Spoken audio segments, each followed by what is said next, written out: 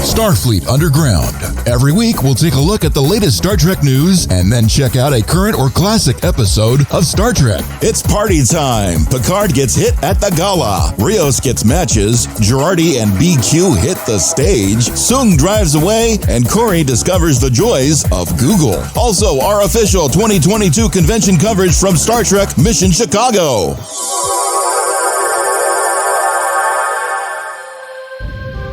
Okay, look, I know it's a thong and men don't tend to wear thongs, Doc, but it was on sale at the convention. How can that exist? I mean, look at it. The nacelles is right where it needs to be.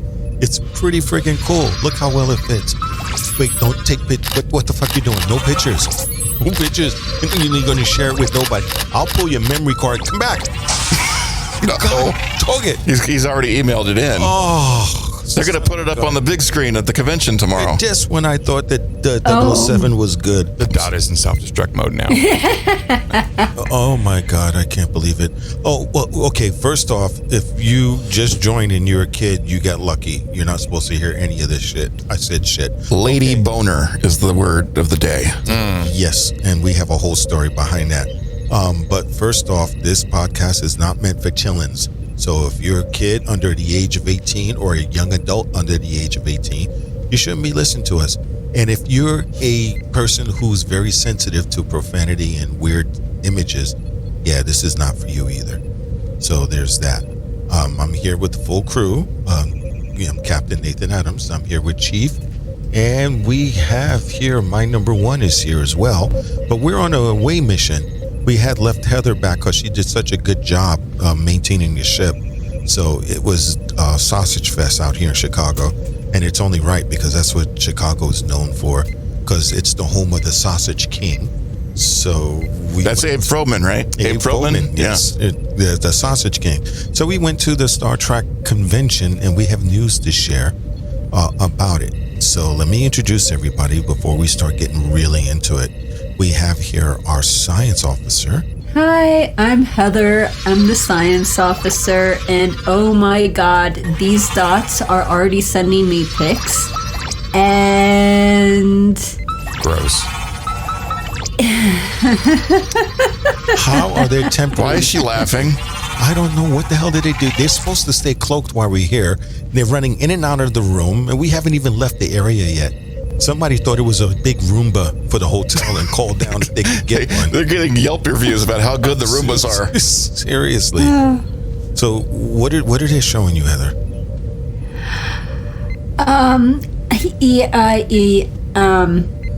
Okay. The way you paused, I don't want to know now. Just erase it from your memory.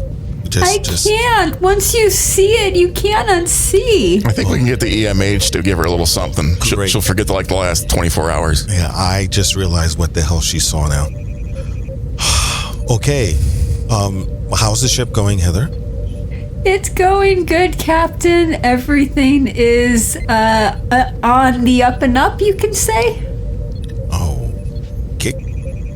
Up and up? I don't think that's a mode. No. In space, there is no such thing as up. So, there's there. I mean, unless something's all up in you. Yeah. A lot of people don't realize that starships are not like on TV. We don't always appear right together on the same plane. Sometimes they come in upside down, sideways. There's no real up or down in space. It just depends upon where you're oriented. So, I mean, last time, who got confused? We had a guest, Rocky. It was probably you. Oh. No, it wasn't. We got back to Earth and they said that's not Earth. It's because we came down from the pole and they were so used to seeing the pictures from the Earth. Oh, because it was upside down in the picture. Yeah. And they said, this does not look like Earth. It's like, yeah. Didn't he flip it over and go, oh, that's where, that's what happens.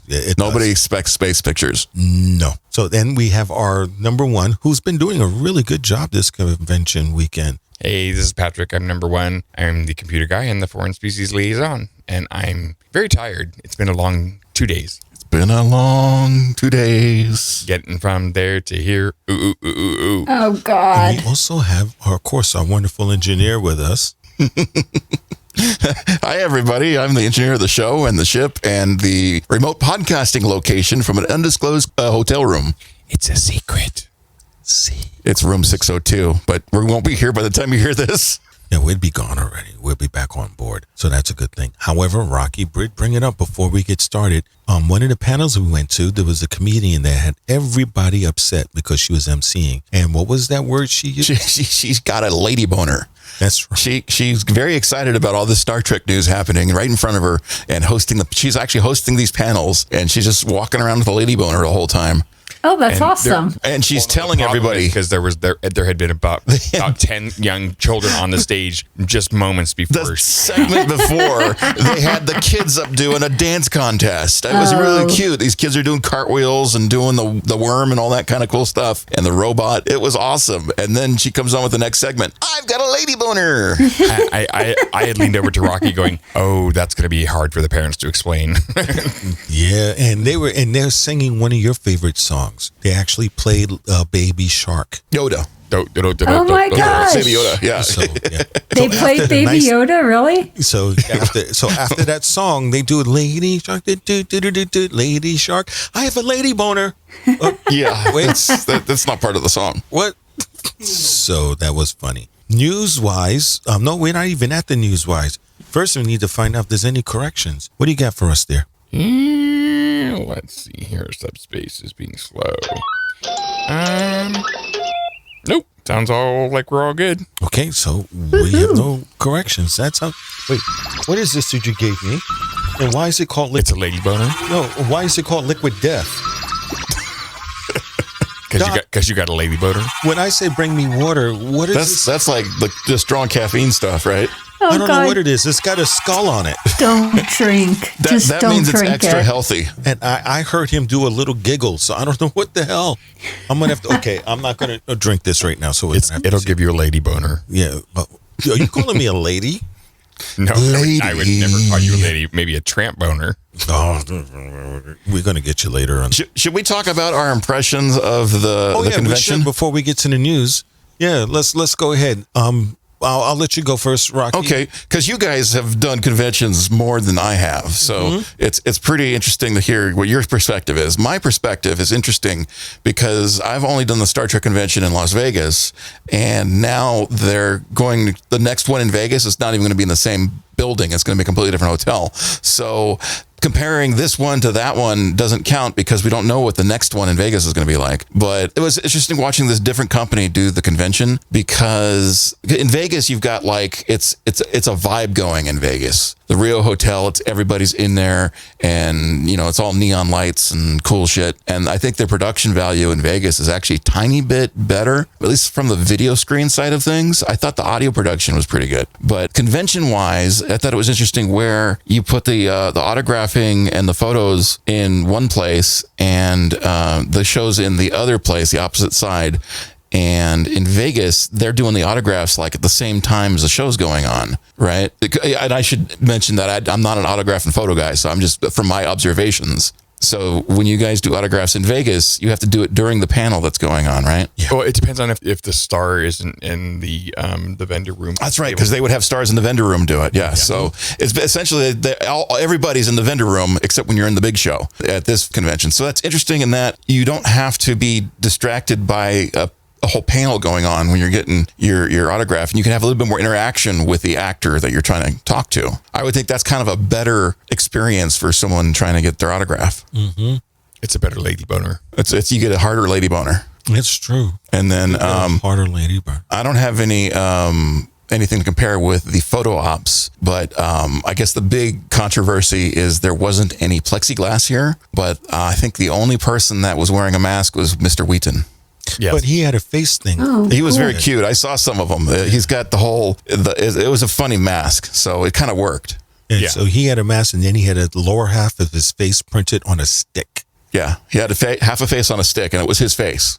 So he just held it up to it. But I mean, it's known that he's a bit of a germaphobe, and being a germaphobe in a pandemic at a convention has got to be a little stressful. Yeah, it's a very interesting. Yeah, well, I wonder how many people get triggered for that. Yeah. In that case, that's pretty impressive. He went there at all. Yeah, it is. And my first officer went and had a picture done with him, and I can tell Will did a really good job because Patrick walked with a limp coming out of that. Lady boner? No, it was actual boner. Oh my! So it was an actual boner. So. And then the only other thing I've noticed about this convention is the space here in Chicago. Huge. Fucking big, man. Huge. It's just a ginormous location. Huge. And the exhibit hall was like huge. Big. But poorly utilized. You don't like those space using? I thought if you were claustrophobic for these kinds of things, coming to this particular convention would be a little bit easier than going to one in Vegas. Because the Vegas one feels cramped into that little room when they have all the vendors in there. This one felt like it's a wide open space inside the building. I mean, there's literally multiple stories. We went up to one of the food areas. It's literally like 3 stories up. You could get a great look down on the convention floor and see all the space. It was just amazing. That was pretty good. And they had 4 little bar setups. So you can get drunk at one of 4 stations in this huge area. Inside the convention. Yeah. And I had something that they had to explain it to me because a lady boner? No, they told me there was a Moscow mule. And it says, why did you blend a mule and make a drink out of it? He goes, no. We didn't blend any mules. That's what it's called. They have really powerful blenders though. Yeah. So that was good. Stupid. Who? The person? I think he's saying we're both of us are stupid.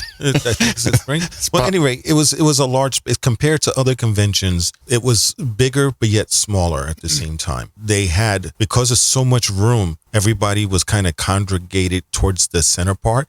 They also had tattoo artists all along the wall. That's kind of cool. No that kidding. If you wanted to get a tattoo, yeah. And they had like no wait. By the time today went around, they had ran out of appointments because everybody's getting little Star Trek tattoos. So that was cool. They had the Star Trek themed game people there. There was Starfleet there was Star Trek Online. They had timelines and everyone was giving a little cards. They had Volari, I think the name is, the people that make the custom jackets was there. They had Hero Within was there with the jackets. And they had the food court, which was a lot of food, and a Starbucks that was straight down on the other way. They did make it safe. The food choice plus here. I don't think you get the same kind of food choice when you're at the one, when you go to Corks in Vegas, or now it's Jimmy's. When you go there, the food is not as wide selection. Oh, it's bad. The cafeteria on the 3rd floor, or whatever it is, it was all organic food. So yeah, this place rocked for food. We have no complaints about food whatsoever. No, it was done really well, and you had the talent because there's no way they can sneak around. So there's a lot of celebrity sightings. Yeah, I walked past Evan Evagora. Yeah. I was walking with you guys and Doug Jones walks by. Yeah. Oh, yeah. We went up and talked to Doug because we see him at conventions all the time. So we're like, hey, Doug. He's like, I know you. Yeah, that was fun, actually, because we walked over and he looks and he had somebody he was taking care of. He looked up at us and goes, I know you, and pointed at Patrick and goes, and I know you. And he pointed at me. Sweet. That's so cool. He gave us his famous Doug Jones hug. One of the bonuses of this convention, though, is for the photos, they kind of do it the same as Vegas, where they zip you through it. But the difference is, in Vegas, you have to wait 3 to 4 hours, sometimes even longer than that, to get your photo. You get it the minute you walk out of the freaking... Yeah. They must have a faster printer. Yeah. Oh, no, it's not even a faster printer. It was, you take the picture and you walk away. As soon as you walk away, it's being spit out on the machine. Wow. And then they take another 3 steps and they email it to you if you had that option. So they've gone digital, basically. Well, they scan your QR code. You take the picture. You go over to pick up the photo. They see your face. They see the photo. They give it to you. The person scans the QR code and then scans the barcode on the photo. Boom, you're done. And then like 5 minutes later, a couple minutes later, you get if you ask for the JPEG, it comes in your email. I mean, instantly. Yeah. And they had 2 green screen setups. Way better. Oh, the green screen setups are cool too. I like those. They've had a couple of those in Vegas. But they didn't deliver as fast as here. I don't know how they set it up. It's pretty fast, yeah. It was really quick. And mine didn't come right off the bat, so I went over to the guy and says, it didn't come. And he goes, oh, really? He goes, well, let me send it this way. That's not what I heard. And I took 2 steps, and then it was in my... Who came? Really fast. Oh, wow. Really? Well, it's been a while since I had something. He was really excited. Yeah, it was pretty cool. I would note that when we've done Vegas in the past, at that convention, they have these little motifs set up, these little set pieces that you like a Borg chamber or the transporter. I haven't seen none of that here. No, they didn't. And they don't even have real sets to take photos in front of. It's literally the green screen. No, the only thing they had, and Rocky had to tell me what it was for is he had this little chamber that looks like it was the holodeck, and it had like the Mysidio network that then they take pictures for you, but it was for what, an NTF? The big giant noisy as fuck with the subwoofers. They were rocking these subwoofers like all the time. Yeah. And it was in a loop. It looped like after 3 minutes, the same sound effects played over and over again. Very annoying. And you walk in and it's like, oh, they've got this really cool video display wall going. They've got the holodeck displays and kind of the cool sequence going in there and the neat blue lights. It was really nifty. And then you'll come out and you realize what this is all about. It's about the NFT that Star Trek introduced. Yeah, so that was different. So people on the Twitter, literally there was a bunch of guys and gals kneeled down in front of the thing, flipping it off. Because Trekkies apparently are not into NFTs. No. It stands for not for Trekkies. Right, exactly. Well, on Twitter, I'm going through all of the pictures and everything and all of the posts for Chi. I love that, Star Trek Chi. And everybody is against the NFTs. Like, I have found nothing positive about that. No, it's worthless. It's like a gimmicky thing. I don't know what it is. People with money have fun times playing with it, but it's not me. No. Another nice thing they had is that downstairs, because they had the upstairs food court, but downstairs over in the corner, they had this pizza that you could order, and they had ribs with Polish sausage barbecue. They had a vegan sandwich thing that you can go get vegan food, and they had churros. Yes, they had the churro. So that was... And some hot dogs. They had a hot dog place, too. It wasn't just regular churros. There was like vanilla churros and strawberry and chocolate and some other... Holy cow. Starfleet knows how to handle churros. Yeah, so it was really good. So did any of you guys have the churro that was like a different flavor? I went with the standard one because I'm not like a regular churro guy. So it was enough adventure getting here because of the being as an away team. But if you guys get another churro, try to get a flavor one, and I am so curious to know what that's like. Okay, I'm going to try it because this liquid death can that Doc gave me on the bottom of it claims Doing unmixed with churro. it says Seriously? it says that it will murder my thirst. Oh, that's killer. I have that idea. I'm going to try that. I'm going to mix it tomorrow. I'm going to have a vanilla churro and mix it with the liquid death. And just like Boimler's hole was murdered on stage. that was funny. That was classic. He spread his legs and someone put a black hat in front of his butthole. I love that. It was just like the cartoon. It was perfect. Yeah. It was a classic moment. It was funny. With his hair like that, too, because he's wearing a wig, so he actually kind of looks like Boimler.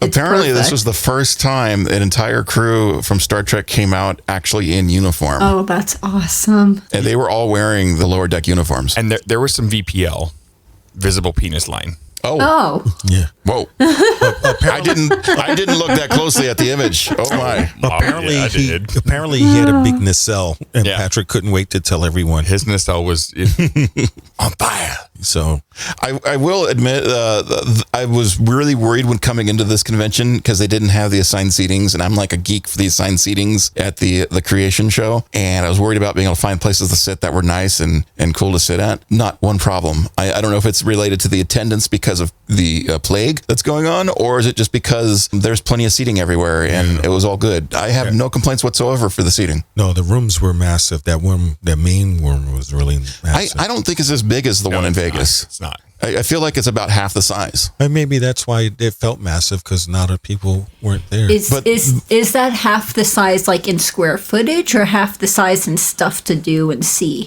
I didn't pull out my tricorder and measure precisely. Rocky never pulls out. Oh, God. Oh my God. Okay, I'm gonna stop laughing at that one. I like the sensations, but it felt like it was about as wide, but it couldn't possibly be because there's like at least two sections that weren't there compared to the one in Vegas, and it definitely was not as deep. And you go deep in Vegas. No, that's what she said.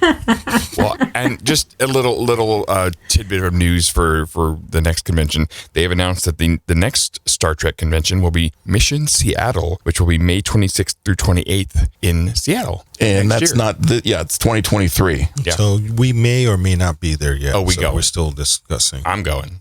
I would go again. I give them a thumbs up. Yeah. I think the people from Creation are a little bit more seasoned in the style of, because they're in Vegas, they're show people, right? I mean, I know Creation does shows everywhere, but the ones that I went to in Vegas, it felt like they're show people putting on the show. Here, it actually feels more like a convention. Mm-hmm. All the backgrounds are step and repeat style backgrounds. The logos are all over the place. Like, you know, when you watch a video from Comic-Con, they've got San Diego Comic-Con all over the back of everything. It's like, you know, screaming out our brand. You need to know our brand. But in Vegas, it's more showy. They had, I mean, the last time they had this beautiful video screen background, but it wasn't like slamming the Creation logo in you. No, it wasn't. So the Reed Pop guys, that's kind of what it felt like. They were really hammering all the logos in every location. It wasn't as elegant as the show production put on in Vegas. And I will, because I'm a video guy, I will pick out the production here because they only got one camera going.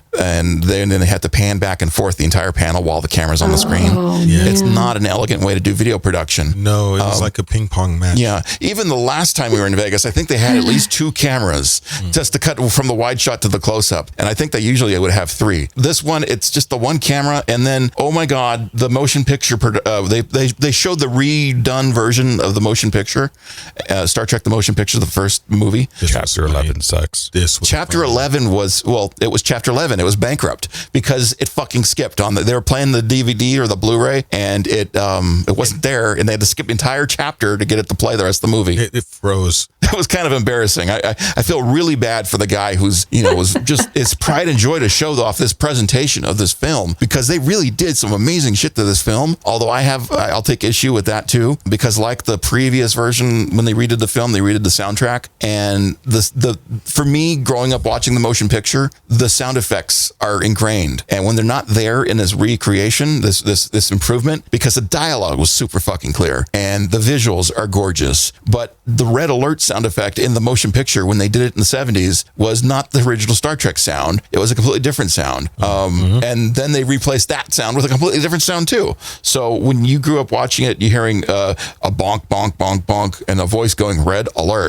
Red alert. They did that in the motion picture when it came out originally. Completely different on this one. It was just a sound, you know, not the regular standard Star Trek one from past, but it was different sounding. And it felt like they added in bridge sound effects. I don't remember if they did that in the re-release of the last time, but that felt out of place. You heard the original series sound effects. What was really funny for me when it froze and the guy came out and goes, okay, look, we can't play this section. It's dead. But listen here. This is what happens. This guy did this thing. This one did this thing. Beautiful the entire effects. Beautiful effects that happen. All their effects work. They can't even show it. Yeah, it is everything else. He says, okay, we can start. What's that? I just spilled water on your floor. Oh, well, at least it's just water. He said it's water, but he actually got excited when he saw it. So there's that. Is it near any equipment? No, the equipment's not on the floor, so we're good. Okay, it actually came out from his equipment. So, but other than that, I still love the motion picture as a movie and the beautiful sequences. It was a challenge to watch it at the end of the day because you know this is a picture that puts people to sleep on purpose. I mean, not on purpose, but they watch it on purpose to get put to sleep too because they know it's not a paced movie. The pacing's different than the way, you know, modern day movies are. But I was able to stay up for it. It was good. Oh, another little cute thing they did. I think he was one of the only people to do it. Is Book. The actor that played Book had a photo session where he dressed as Book for the pictures. That's cool. That is awesome. Well, Jack Quaid was dressed in Lower Decks when I did the photo. Oh, yeah. All the Lower Decks crew were wearing, they're still wearing uniforms. Oh, and I have to give a special shout out before we get ready to go and do our review, is that friend of the podcast, Lana, found us. Oh, I finally got the chance to meet her. Yeah, woo-hoo. So she was there. She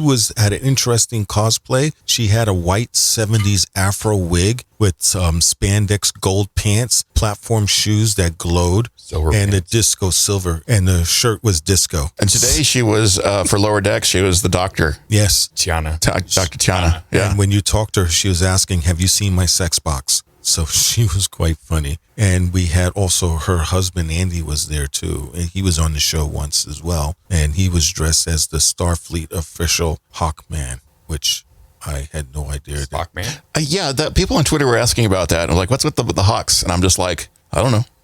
So. Bird is the word. So I'm not going to question it because people who cosplay that hard, doing it for a reason. Yeah, whenever I go to a convention, I've seen him at so many conventions. I love both of them. They're such awesome people. Yeah. But he is always wearing that cosplay, and I think the reason why is because he won the Guinness World Record for that cosplay, so he's really like proud of it, and it's an amazing costume. The if you don't know what I'm talking about, his Hawkman, the wings open to a span of like 6 feet or something. It's like incredible, and that's what he won that's what he won the Guinness World Record for. The largest collapsible and open wings for a cosplay. So aside from Nathan's legs. Yeah, well, they don't open that wide. That's like Boimler Wide, right? Yeah. Boimler Wide. One last thing before we move on to the news and to actually get to this podcast, because somebody's tired. Yeah. Is when I got to go have Wil Wheaton sign the photo op, I got to give him a beanie that I normally make for our charity events, and he was like, "Oh my god, that's so cool!" So that was kind of awesome. You make good beanies. Thank you. Yeah, they're very cool. Ooh, yeah, I love the one you gave us. He gave each of us a beanie, and it's so warm and it looks good, and I love it so much. That's really cool that you gave him one. You told me that it was a dick cozy. Well, then I obviously made yours way too large because microman. Oh my god, why are the police coming here to us? Did they not do something? Oh my gosh. Is Rios in the area?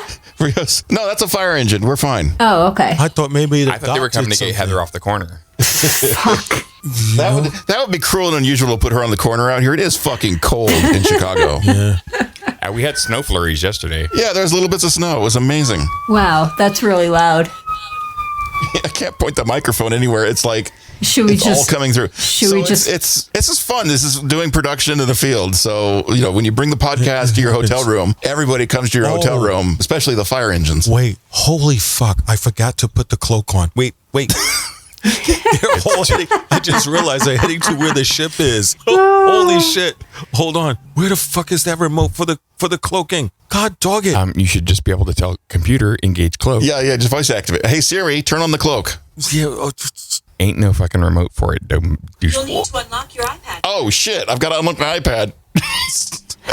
What the hell? I appreciate that you made all the technology this here.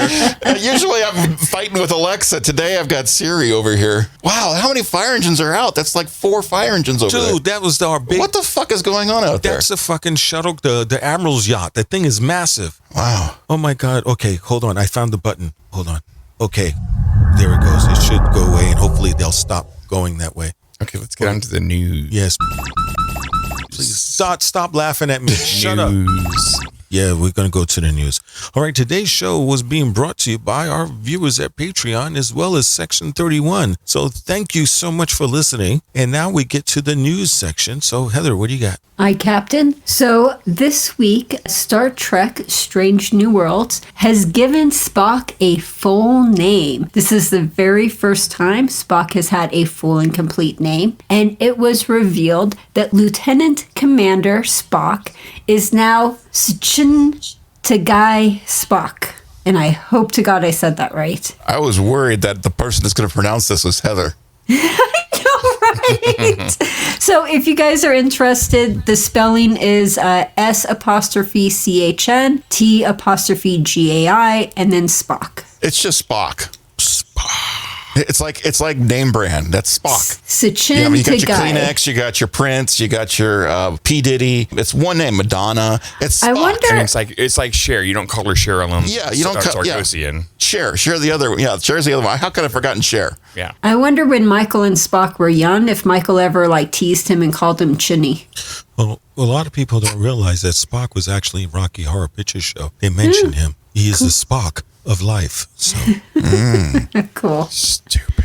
I was surprised that they did not bring up the name thing at the panel today for Strange New Worlds, which was a pretty darn cool panel. They showed us some footage that apparently is going to be released any day now. But the bridge was looking good. The ship's looking good.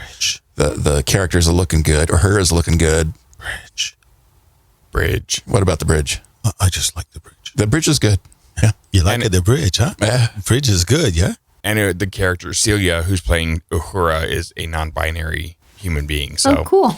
she spoke about that a little bit, which was kind of cool. Okay, now we're going to go to we had any more? Well, it's his news, right? Or her news. Yeah, That was her news. The name. News. Yeah. You had any news, other parts there, Heather? No, I'm done. How about you, Rock? Your Patrick? No, yeah, Patrick's got some news other than his equipment leaking. What do you get for us? So Star Trek Picard announced that for season 3, Patrick Stewart is going to be joined by Jonathan Frakes, Brent Spiner, Michael Dorn, Marina Sirtis, LeVar Burton, and Gates McFadden. Ooh, wait, where's Wil Wheaton? Well, apparently he isn't in it, but someone told me that they may have some surprise guests. So who knows? So these were the announced guests who were going to be in season 3, but I heard someone saying that there's possibility of surprise guests. Wait a minute. Picard season 3 has already been filmed, and they're in the editing room now. Wouldn't he have known? He's an actor. Well, if he did know, he may be acting. But he's just not able to say. And he's not going to tell us because that's the whole game. They get NDA. In fact, one of the actors from Strange New Worlds, it was actually Ethan Peck, was getting ready to spill the news, and Ensign Mount gave him a death glare, and he shut up right away. Anson Mount, not Ensign. I said Ensign Mount. Well, then why would Wil Wheaton do a whole fan fiction where Picard meets the Traveler if he actually met the Traveler? Why not? He was talking about this on his panel. He was inspired by this news. It's very exciting. And somebody was asking more about how it all works out with Wil Wheaton's character, what happened to Wesley, because Wesley did go well with the Traveler. And then they talked about the scenes that were cut from Nemesis, was it? Apparently when you look at the half of a frame that, or maybe his shoulder might be seen in, he's not actually seen in the show. So that's canon that Wesley was not involved in that, which means that he could be a Traveler, and the Traveler is basically a Time Lord. We were to address Will as a Time Lord from that point on. Yeah. Is that where she got the screwdriver? The Doctor Who screwdriver? You'll know what I'm talking about later on in this episode. It's probably exactly what it is. Oh, and there was a little sad news. You're going to kill me because I can't remember her name, but she was an original series guest star. She recently passed. Yeah, and that was Estelle Harris. Yeah, I think that was her name. Yeah, so she was a Voyager guest. No. This was an original series, I'm pretty sure. Yeah, she passed away at 93. Something like that, yeah. It's one of those, you look at it back and go, I recognize her right away. Mm-hmm. Or if you're looking at another one, there was a guy by the name of Nehemiah Persoff, and he was an actor and a Star Trek guest in The Most Wonderful Toys, and he passed at 102. So there's that. The only thing you can do these days, if death stares at you, you can just have to stare right back. Let's give a moment of silence for these two wonderful actors. Thank you, Patrick, for relaying that news. Mm-hmm. So my news. What about my news? Oh, why? That's right. It's you. It's my turn. You distracted me with that massive trouser snake. Which has nothing to do with the lady boner. No. Although I will admit, I actually like the style of her panels. I thought she was actually a pretty good interviewer. She was funny. People were bitching about the boner thing, but she's funny and she kept it moving. Definitely a Trekkie. She kept it moving, asked great questions. The only people that were bitching were the ones that had kids. Probably. Yeah. Anyway, my news was about the Voyager documentary, To the Journey. There's a new trailer out, and I caught it on trekmovie.com, and it shows the cast talking about various subjects, how things came about when they became actors in the show. Neelix has a very secret that he reveals about him and the captain, and Kate Mulgrew talks about her first day on the job and how she got into that position. And there's actually still available pre-order if you go to find, if you want to get into this, it's because it's a Kickstarter style documentary. So you can still get in there and get possibly a Blu-ray/DVD combo or via digital download. And there is still special things available like the Janeway coffee mug replica, which Nathan and I are still waiting for ours. And I don't know what Special Mercy is. I think autocorrect screwed me right there. But there's perks. It's probably the word perk. Special perks are available still. You have until April 15th. So there's still time to get this at backerkit.com. And here's the lapel crew pin. You get your name in the credits, possibly. They've got T-shirts, or you just leave a little tip jar full of some cash for them. So yeah, Voyager documentary's coming soon. Woohoo! My news, of course, everybody, listeners and fans of the show knows how much I appreciate and love Star Trek Online. They have a new chapter coming up with it about the Mirror Universe. And if you've been playing it for a while, you know Mary Weissman was there as Killer Tilly and how she took over a whole planet and was just really causing trouble. Well, they've added Kate Mulgrew to the mix. So there's going to be a new chapter to play called Stormfall, where it's going to pit Tilly against Captain Janeway. So it's going to be really interesting. They announced it here on the show. And it's going to be dropping May 10th for the PC and for the consoles in June. I had a chance to yell at them again about making ships, and they said that I was out of luck. They're going to be making even more ships coming up. And they're also very excited that their ships became canon in Picard, the first episode. If you remember. Of the second season. Yeah, the second season. If you remember, that was the news that we brought up earlier. So that was really cool. Wait, did that fire truck drive into the ship? They bring another fire truck?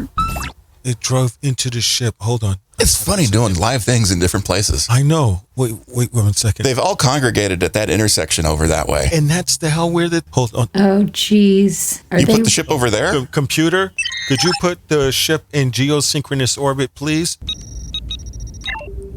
Thank you. They're still there. Maybe somebody got into a car boo-boo. Oh, I hope it didn't get stuck. That's a lot of blinking lights, though. 21st century automobile is dangerous. Yeah. Oh, that's for sure. Okay, let's get started. Yeah, let's get... Somebody wants to talk about Picard. Yeah, because he wants to go to sleep. He already, his equipment leaked and now he's tired. Okay.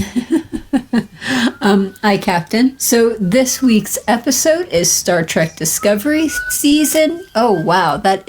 Are there more coming? There was another ambulance coming through. Holy because cow. apparently one of the fire trucks decided to drive through the cloak thing. Why? I have no idea. And yeah, it's all crushed on the side now. Oh, goodness. Okay. This week's episode is Star Trek Picard Season 2, Episode 6, 2 of 1. It first aired April 7th, 2022, and it was directed by Jonathan Frakes. Teaser, Devil on the Shoulder. It's a countdown to Picard's death, lying on the sidewalk, knocked out with blood dripping from his mouth and fighting for his life. 34 minutes earlier, Picard, Talon, and Rios are waiting in line to get into the party where Jurati is handcuffed to a bench in the security office. Jurati makes a deal with the devil to get everyone into the party. The devil being, the Borg Queen. Yeah, she doesn't want to let the Borg Queen take over because she knows better. Yeah, but she did. There's no way she was going to be able to get out of those handcuffs in time. That was kind of wild watching her trying to make a deal with the devil, basically, which is the Borg Queen. And she wound up being kind of unreliable in a way. Just kept bickering back and forth with the Queen rather than getting the job done. And the Queen didn't help needling her. It's like, maybe you should have done it if they were standing closer. They definitely got a attitude with each other. That's for sure. I love at the very end when she says to the Borg Queen, if you don't shut up, I will find a way to destroy you. And Picard is like, I beg your pardon? Yeah, she's got a problem. If you're going to talk with a consciousness inside of you, you can't do it out loud while you're on comms because everyone else can hear what you're saying. Right. And they think you're crazy. You got to talk at least a little bit in code. Just can't come around and say, I'm going to destroy you. It's like, you're going to get it. And like, maybe Picard would say, well, get what? Like, oh, sorry, that wasn't for you. Quay. It was funny. It was pretty little wild. Lulu. I was curious about how she was getting out of the cuffs. I wasn't expecting a brute force attack on the cuffs. That was pretty impressive. It really kind of cool. But it was, because you sit there and you see this and it's like, well, what the fuck happened to Picard? And why is he bleeding? And then they jump and it's like a reverse 24 episode. Yeah, I was counting backwards. I wasn't completely surprised. I mean, I was so shocked that, oh my God, what happened to Picard? And then, we're definitely doing the flashback sequence thing. So we're a flashback episode. And 34 minutes earlier, if you look at that font, it looks very much like a font used in Battlestar Galactica. And people on Twitter are like, what, is he a Cylon? Yes, Picard is a fucking Cylon. It's obvious. We all know he's a Cylon now. And now the font is the Battlestar font, which apparently, if you look for it, it's actually a money font, if I remember correctly. Toasters. That's hilarious. He's a skin job. Yeah, so. totally. Okay, but he can't. He's still not getting Laris the name correctly. Keep calling her Laris. He has a bad habit of calling out other women's names. Yeah, it's a quick way to get broken up. Which is why he's still single. That's what happens. You get injured. And like if you really want to risk it with your life, keep calling the woman by the wrong name, and then you need medical attention. The very moment you need medical attention, the woman's not going to help you if she doesn't care. No, she's just going to look at you going later and die. Like, I don't remember what his name was. I don't know who. You take him away. No. I guess we can move on to the next section. Aye, Captain. Act 1. Party time. Excellent. Dun, dun, dun. Okay. The countdown continues as we see Picard in a hospital dying. 26 minutes earlier, it's party time. Jurati drinks with the Queen. Rios found a Clinton-endorsed cigar. Raffi sees a ghost. 7 mingles. Picard hits on Talon while stalking Renee, who is currently in freakout mode, texting her horrible therapist, Q, who is encouraging her to quit. Picard comes up with a plan, but he needs Jurati's help. Unfortunately, she turned her badge on silent mode. Rios eventually finds her, and the awkwardness between the two makes the Borg Queen roll her eyes, take over, and forcefully kiss Rios, resulting in a sexual harassment complaint to HR. Jurati returns to awareness just in time to see Rios's horrified and stunned expression. Jurati freaks out and runs away. Renee can't wait any longer and rushes out of the room. Picard follows and bumps into Adam Soong. Adam tells him to walk away now, and Picard declines. That's when we find out that Adam Soong has just donated a shit ton of money to the Europa mission and is now on the board of directors. Adam calls security to escort Picard out. And yes, by the way, shit ton is a legitimate measuring scale. Okay. Yep. I'll take your word for it. Yeah, I believe you a whole shit ton. I believe that Rios was really enjoying the 21st century or 22nd century. What century is it? 21st. He's really enjoying it a shit ton because he's into the cigars and look at those matches. Those are real fucking matches. How cool is that? And the food. He's into the doctor who at the clinic. He's into the doctor. It's causing him to make a goofy face, is what my note said. And he's like, she saves lives. And then I used an emoticon of the eggplant because that's the way he feels about her. Yeah, and Raffi's like, do not make a mistake. She's right. She says your relationship coming from the future, your relationship's already built on a lie. Yeah, and basic relationships on lies, bad idea. Especially from, what are they? How many centuries in the future are they? Yeah. Yeah. That's a good point. The best way, if I was there, I would tell him, says, look, dude, you know she's like dust in the ground by now. And Jurati's getting a lot of attention. Oh, yeah. Well, there is that red dress. Well, the red dress and her rack is on display. Oh yeah, the rack was on display, and I'm not a breast man, but it kept distracting me. Yeah, she was definitely showing the girls off for good effect, and the Queen kept pushing her, and that's what kind of bothered me. She's been strong the whole time, and the Queen keeps giving her like a bad Jiminy Cricket, just telling her, do this. Well, do the that, Queen's do this, in her do that. head, so the Queen has some control. So Jurati's not completely, She's just a house guest, though. Yeah. Is she a house guest? I feel like she's the devil on the shoulder whispering into the ear. Very much so. Yeah, and then it's like she's not helping Picard, and then we might as well just help him now. She turned her comm on silent mode. Yep, you're ignoring your boss. What the fuck? It's like seriously. On a And then mission. the whole lying to her friends thing, especially about the intercourse. Wait, it wasn't about the intercourse? Yeah, that's what she tried to. She tried to make her believe that she had intercourse with Rio while she was unconscious. What'd she say? No, I thought. No, she didn't. In my head canon, that's exactly what happened. No, I don't. She was talking about the time that they did before, apparently. Yeah, that was something that happened in the past. Yes. When he's kicking a soccer ball around his ship, Hey, look. that she kicks some other balls. But look, the fact that it happened right after it's over, no matter what, it's still the past. Because they do it and it's the past now. But yeah, she was just stupid. She was being evil. I know that was stupid. So she's just being evil. And the party's in big swing. And this party, that band, they had that cut right to the band, and the band's going bump, bump, bump, bump, bump, bump. I swear to God, they were about to break into Uptown Funk. Yeah, though I think they probably they almost went right into Uptown Funk. I mean, it was something else, but it could have totally gone Uptown Funk. No, they were getting there, and all of a sudden the lawyers were like, if you go one note further, we got to pay for royalties. So don't do it. They just played some jazzy music. But then this is what I don't get. She wasn't on the marquee. She wasn't a list person. But as soon as the lights go out and she gets like a floodlight on her. You're jumping ahead. That's jumping ahead. Yeah, that's I'm like, next section. Jump around. jump and get down. Jump. Okay. Then let me rewind.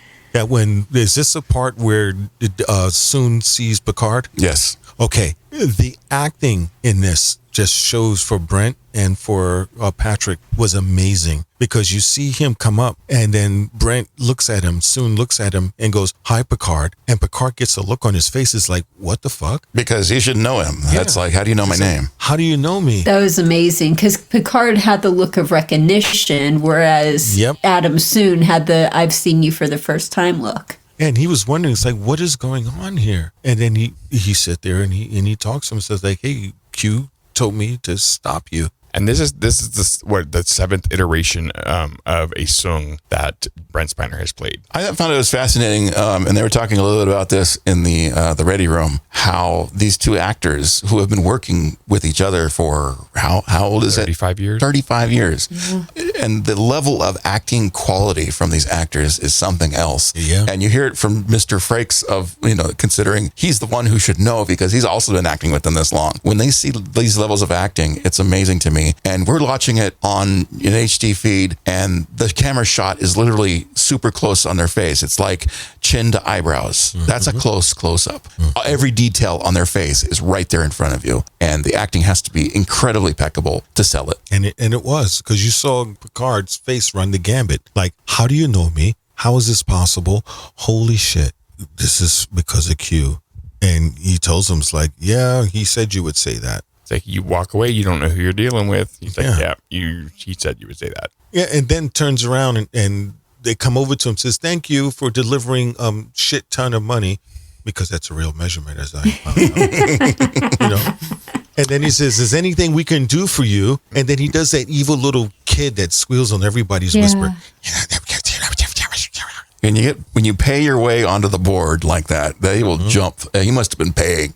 I mean, yeah, that's quite a lot of money. And that's not the same as paying your way onto a Borg. No, that's totally different. I like the semblances with Jurati and the Borg Queen. Mm-hmm. There's a lot of hand holding going Jurati. on. Did I say her name wrong? Yes, you've all been saying her name. It's Jurati. Not Jurati. Jurati. There's an R in there. It sounds exactly the same. No. Jurati. So is it potato or potato? Yeah, exactly. Jurati. Okay, well, Blondie was, hooking up with, she's hooked up with the board literally now, and they're battling for control. And she is willing, because she's the one grabbing the hand, the virtual hand, to get in bed with, not literally in bed, but get in the virtual bed with the Borg Queen and do the dirty deeds that they're doing. She's willing to do this. And it's interesting to see I'm in control, you're in control, but I'm willing to do this kind of thing. And at some point, she may not have control any longer. Yeah, it's like control. And then he's yelling, it's like, help me, help me, Blondie. Help me, Blondie. Help me get out of this mess. Stop. And meanwhile, Rios is just like, stop. Strong pull. Yeah, he got yanked. His tie. She yanked the hell out of his tie. Oh my God, total sexual harassment. HR. Seriously, I almost saw tongue. It's like, wow. What the hell? And the look on his Picard's face afterwards, because here he is falling in love with this doctor, and then all of a sudden his ex-girlfriend is kissing him. A surprise attack kiss, no less. Yeah, really. And then you go see is like he looks at his great-great-grandmother slamming drinks down like an alky. You know, does she normally drinks like this? It's like, no, not You really. know, but astronauts are known because they have all these stressful situations. I think some of them are known to be fairly heavy on the drink category. Mm-hmm. At least the classic guys, you know, the Right Stuff guys, they hung out in bars all the time. Yeah, they did. Well, It's like a thing. They had a NASA bar to go hang out into because it's all spaceships and stuff. My favorite was when Picard asked, does she, you know, she keeps looking at her phone. Is that normal? And Talon's like, yeah, we all do that. Meanwhile, you're like taking notes and you look up from your phone and go, what? I'm doing it for the podcast.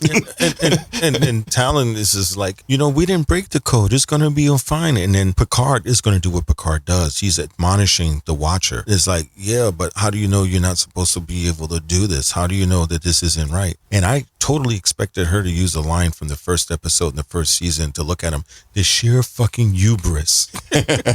I've been watching her since she was born, you know, but he convinced her that something's going on and he had to interfere. So I thought that was pretty cool. And then she turns, we're not at the singing thing yet, right? No, Not yet. Next. Okay. All right. So I have no idea where we are. I think we're about ready to transition. Yeah. Okay.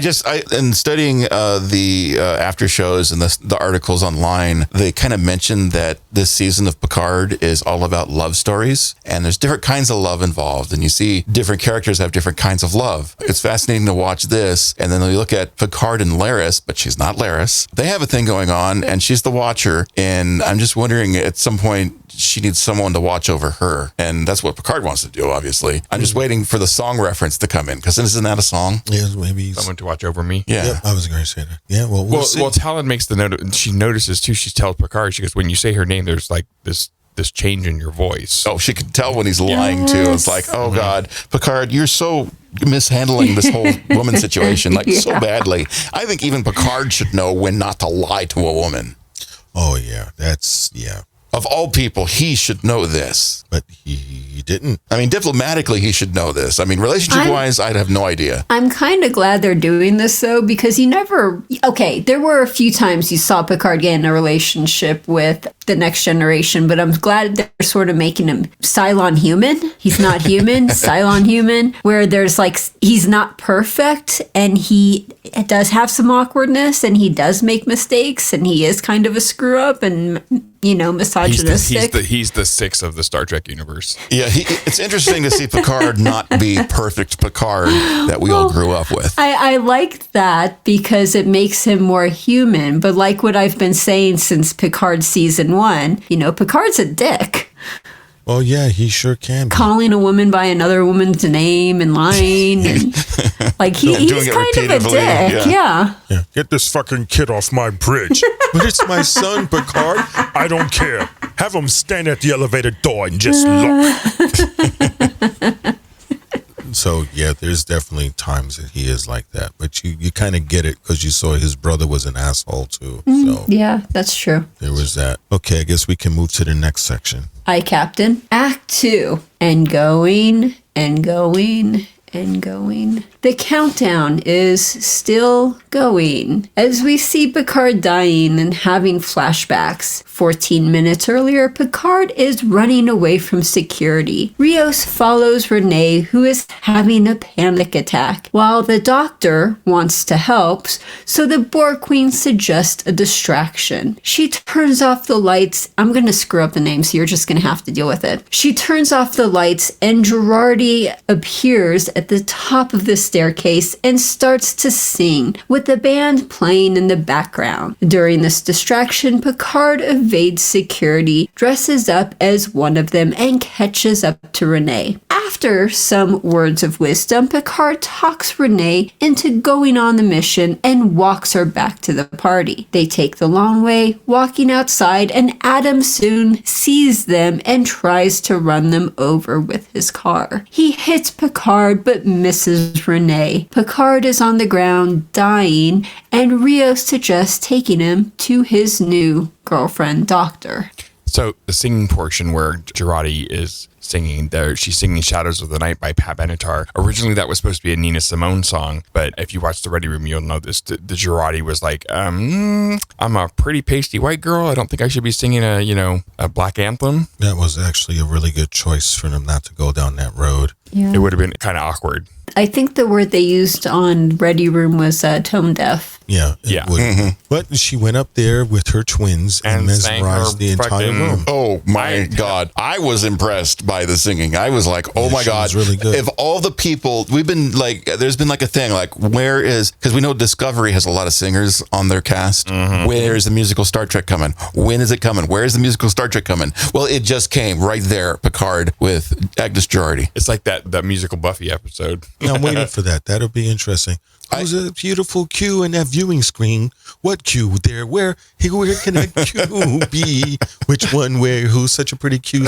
I hope it's not like that. But I was impressed by her singing quality immensely. She was really good. At the same time, my stupid sound engineer brain was like, where is her microphone? She just walked into the room and she has no microphone on. So if they're singing acoustic, it doesn't. She's projecting, but it doesn't sound like the quality of voice sound you get when you are projecting that loud. It was a Borg enhancement. But fuck you. Okay, that's great. Because it was a Borg enhancement. It was a Borg enhancement. Blew out the lights. The Borg Queen did a little EMP blast. And that was impressive to EMP and then turn the lights back on cue and have the band come in. Like the band's not sitting there waiting to improv this. They obviously worked this out. We didn't see the scene where they said, okay, guys, watch for the changes and keep up with me and kind of follow along. They didn't hand out sheet music or nothing, but I was just like, it was cool. I really dug the surprise singing. It's like, why are we doing what she said? Look at the boobs. Oh, okay, you got a point. Oh my God. They was tit-motized. That's nice. Okay, all right. Okay, you won back your valor tonight. That was funny. I never lost it.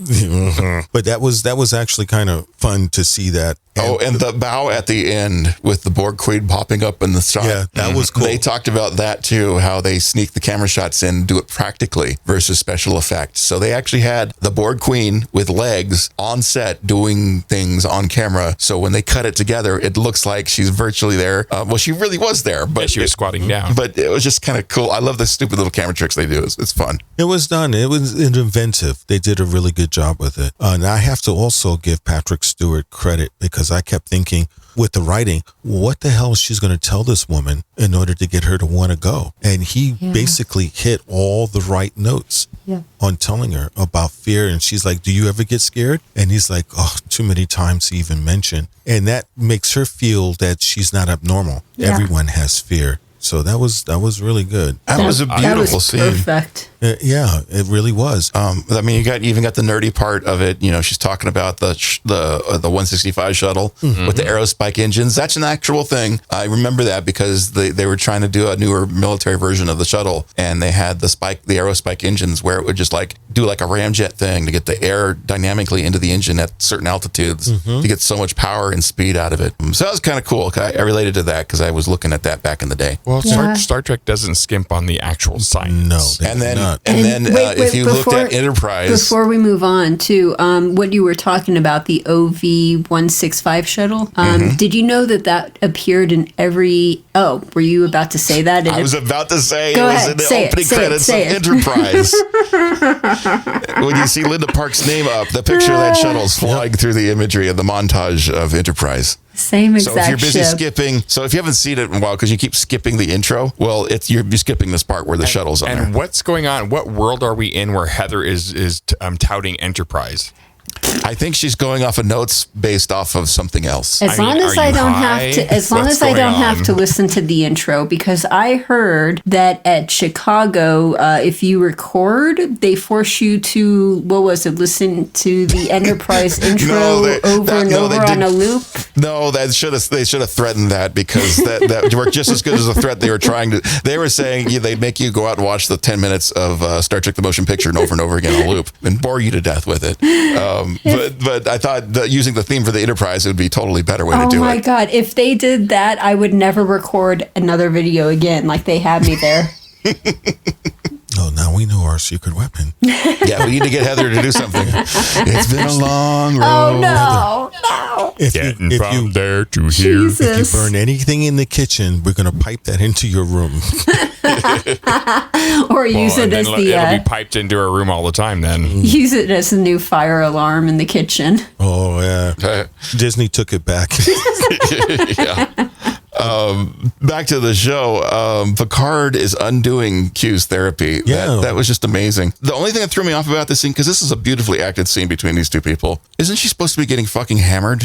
She walks pretty good, pretty straight for somebody who's been getting hammered. Well, if she's been drinking heavily for quite some time, then she's probably built up a tolerance. You think she's got that much of a tolerance? Functional alcoholic. There's a one-liner. Thankfully, Memory Alpha has it in here because I could not remember if I tried. The line that was really, I thought was a beautifully spoken line, was when he was trying to convince her about being nervous and fear. And he goes, sometimes those who shine the brightest feel the sting of fear and melancholy in ways that others can never understand. And that is so true. That was amazing. It was, because you get people that are idiots and not scared of shit. They don't have that fear or understanding what the consequences are. Ergo, people who drive a ninja motorcycle at full speed through traffic. With no helmet. Yes. Yeah. So there's that. It was really, really done. My notes, the way I wrote it down, is something to the effect of, in the darkest of circumstances,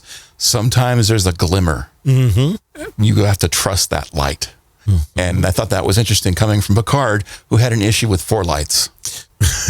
Oh my God. There are 4 lights. There are 4 lights. There are 4 glimmers of light. He did not trust the light. He was like, well, anyway. So we're not talking about a fleshlight. We're talking about the light. Oh my goodness. Oh man. Yeah, and then you get like Soong, who you can see is a psychotic, because he's sitting in the car, he was pissed, talking to himself like, I'm supposed to get rid of her, but I'm not supposed to get rid of her. Now she's going to die, and I don't really give a shit because I failed. I'm just, they're in the crosswalk, triple point value. Deathrace 2000, Soong style. 200 points. I thought it was amazing he was using a Tesla. Doesn't that thing supposed to have object avoidance? Yeah, but he just slammed it and went all the way through. Well, I mean, if he can create a person, I'm sure he can disable the He hacked avoidance. his Tesla. Yeah. Okay, fine. And he just drove through. And then he looks in his rearview mirror and it's like, what the fuck? I got one of them. He should have backed up and gotten the other one. What the fuck was he thinking? Thank you. You back up and roll over him. It's like Eddie Murphy's routine he had on there. It's like, hit the car. What was that? I don't know. We'll back up and look. Is that in the road? I think so. All he had to do is back up again and look and go, oh shit, and then take off. He gave them enough money. Like, I'm sure they would turn the security cameras off. Yeah, but I thought that maybe, who knows, that now she wasn't going to go because she's freaked out that this old dude, security guard, got ran over. Oh boy. And she heard Rios call him Admiral. Yeah. So maybe she thought that was his She heard that whole conversation talking about no hospitals because of course they want an ID in hospitals. Well, it's like, why? And the biobed is not a doctor. Thank you. And she's smart enough to put that together. Yep. It's like, well, why'd you call him Admiral? Well, he worked at a fish. Well, she too, at one point too, she goes, you're just really like, I'm paraphrasing, but she's like, you're really familiar. I'm wondering what that link is. That should be an interesting thing to see when they fill that in. How does Picard really look that much familiar? It's probably because the resemblance still goes down the family line. So she's looking at him like, you kind of look like family to me. Like, but you look like Granddad. Yeah, there you go. Yeah. It's like, you look like Pop. So there's that. And okay, well, he would not be her granddad. She would be his grandmother. Yeah, it's still family resemblance. Yeah. With as old as Picard is, my first thought was, oh shit, he died because he tripped and fell, and he's an old man. Like, I didn't think he got ran over by a car. I was thinking he like tripped. I can't get up. Yeah. No, he got bounced off the hood of a Tesla off to a wall Yeah, and then lands on the ground. He didn't have his medic alert bracelet. That was some pretty impressive stunt work. I've fallen and I can't get up. Hello, computer. I've fallen and I can't get up. Hello, computer. Computer. Funny. Would have been even more funny if all of a sudden the body goes, it's like, collision avoidance operated, and he springs over like a ninja. Oh, that would have been so cool. Oh. And turns around and looks at Soong with his eyes glow. Well, what would have been even better would be like if since he is a toaster. The Terminator. He just sat up and was like, "What? Okay," and then gets up and goes. Yeah, but unfortunately, I think that really hit him so hard, it hit his off switch. Well, So maybe that's what it is. He did have all of his organs transplanted, so Yeah, that's the next section. We should Oh move yeah, to that. next section. Okay, Next section. Next section. Aye, Captain. Act 3, Corey clone. The crew takes Picard to Rios' doctor girlfriend, and she asks for a medical history. They somehow fail to mention that he is a toaster, an advanced robot from the future, instead saying that he has had all of the transplants. Picard has a heart attack and the doctor shocks him with a defibrillator, almost breaking the machine. Meanwhile, Adam soon comes home drunk as a skunk and says some pretty messed up shit to his daughter. Curious about his cryptic comments, Corey Googles Adam soon and find out he's a disgraced mad scientist. When she finds his video diaries and learns that she is the most recent version of a long line of failed experiments, shit hits the fan fast. That was pretty wild because she wasn't stupid. She's like, Dad, what's going on? I'm not telling you anything. What's going on? My life work is ruined. What life work? And then she goes and knows his password, gets into the room, has access, and starts reading all of this shit. She's like, I don't remember saying that. I don't remember this moment. Those pictures, yeah. She's like, I don't remember these pictures. How come I don't remember these pictures? There's video clips. It's a good thing she didn't go in the other file. What could that file be? Daddy, no. It's the file that no father wants any daughter to find. Oh, dear God. It's like, oh, not the daddy, no. Not those videos. Who's your daddy? Video. Those Seriously. videos, yeah.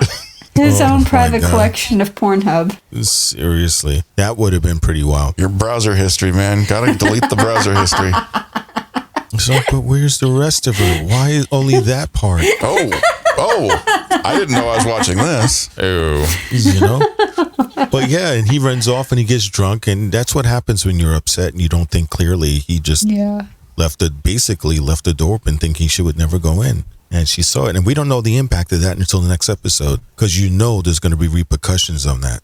She's going to go all bionic woman on his ass, I bet. Yeah, if she has that ability. He's not used to a teenager. This is the longest any of them have ever survived. So he's had so many kids. He's never had to think about like a rational adult human mind. Yeah, she's going to attack him and he's going to just, whip out the UV light. Oh, I thought you were going to say something else. No, I don't think that was. Then she'd be confused. She's gonna whip it out, and she's gonna be like, "Daddy, no!" I'll make another one look just like you. Oh no! That was not good.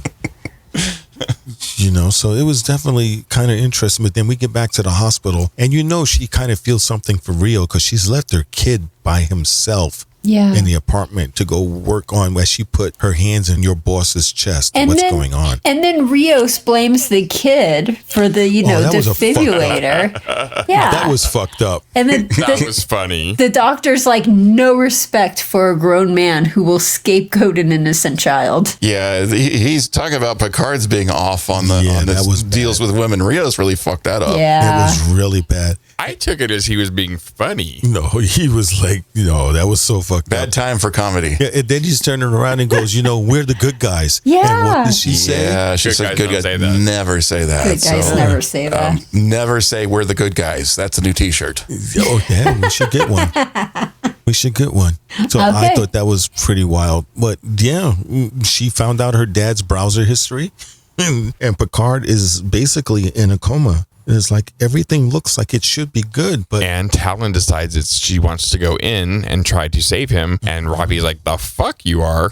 Oh yeah, that was a big argument. I swear, she is just like, I really like her. You know, Ralphie's like, I don't care, burn the shit down. As long as I get what we need, everybody could die. I don't care. By any means necessary. Yep. Yeah, she's kind of been unhinged the last couple episodes. Yeah, she has. You know, It was just interesting. barely keeping it together. She's really stressed out too, and her vice. Did you see the close up of that bourbon? Oh, yeah, no. Oh, she was like, "Oh God, give me the club soda, please." Yeah, she really. That must be really fucking with her. Well, you know, it's funny is a friend of mine, Christian, who's at the convention. Raffi's struggle with addiction is what helped him get sober. Oh, that was nice. Wow. See, Star Yeah. Trek always helps. So That's amazing. Just to sorry, a little bit off topic, but it was a great moment at the convention today. There was the Discovery panel, and one person came up and was talking on the microphone to David Ajala and saying that his pain in the episode when, of course, his entire world was exploded, dealing with that pain helped him get through. He lost a really close friend due to cancer, and just it started to get so. And he didn't get a chance to even finish what he was saying. David ran off the stage, gave the guy a huge hug. It was really beautiful. I would have fucking burst into tears. It was Yeah. it was such I've been a there. wonderful moment. I actually took a couple snapshots. I haven't tweeted them yet, but it was quite a moment. It's been an emotional weekend because even when Wil was talking his truth, Oh my God, yeah. that got me going. You know, it 4 or was, 5 times I almost started bawling. Yeah, it was those part, the emotional. Most times, us going to convention, as Rocky said, we go to a lot of them, and then you stop going to the panels because, like, story number 7. Oh, they're going into story number 1 because they say the same thing every convention. I mean, I've seen George Takei talk about the internment camp thing for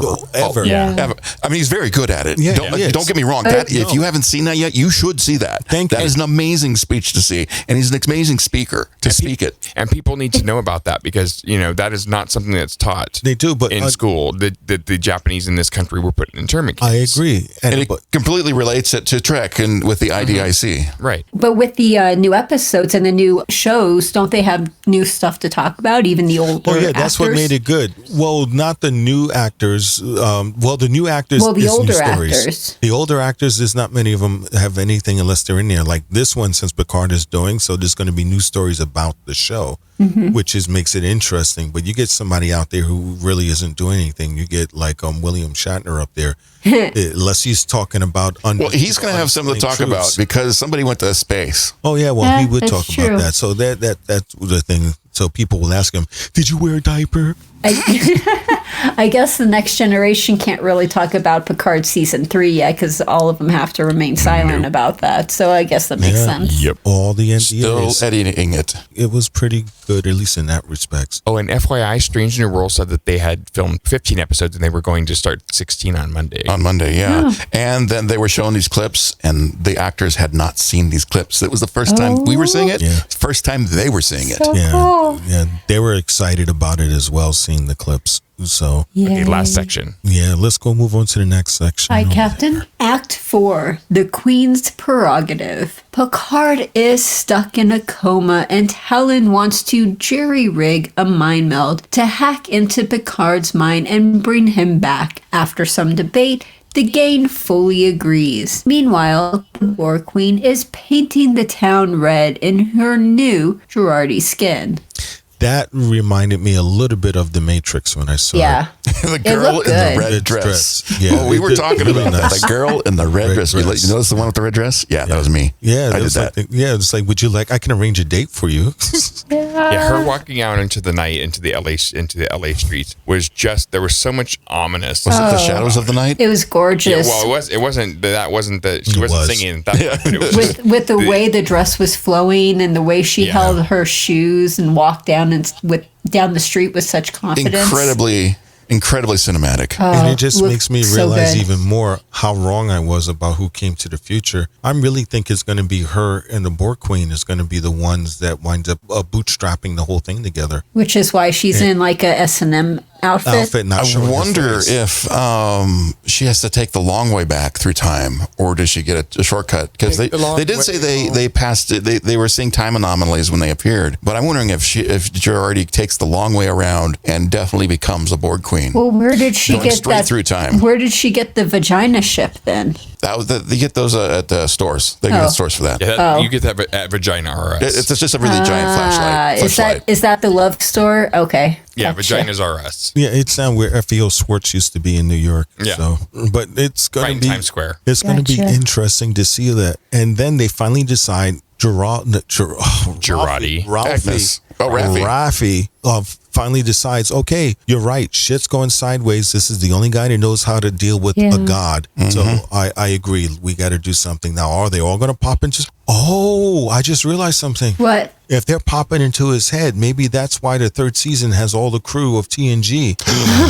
Oh no shit. Whoa. It's a dream. all in his head. So he's not going to be traveling through different parts in it. It's going to be in his. It's going to be like the Q is in the house. Oh my god. It's like Inception. Q is in the house. Star Trek Q is in the Inception. house. Oh my brain. wow. Oh my goodness. Yeah, Okay. because he can't. You don't know because My you never vagina see. hurts. You never see the top fall over. You never see the top fall over in Inception. So it's going to be interesting. Yeah. It was. I think it was decent. It was I- short. Way too short. Of an Very episode. short. was. It was. Yeah, I want to it know. came too fast. I want to know where Talon got her Doctor Who screwdriver, because that was definitely a Doctor Who screwdriver. Yeah, I think so. I think she took it from the other lady, Doc. I was impressed with the medical capability that she has, because is it all just the technology, or does she know too? And she's like, well, I hacked the thoughts hacked one way because I could see the thoughts and image that way. So we can just go into his head, right? And Well, it's she's been watching Renee for a long time, and if she, Well, one depending on Picard- what kind of species she is, she may not need sleep. So, during those hours when Renee's asleep, she's got to do something. So maybe she got her MD, She her learned how to jerry rig a mind meld. Yeah. night school. And then she obviously knows what Vulcans are because she equated it. And then she also know what happened to Renee because she turned around and said she's made it to lockdown.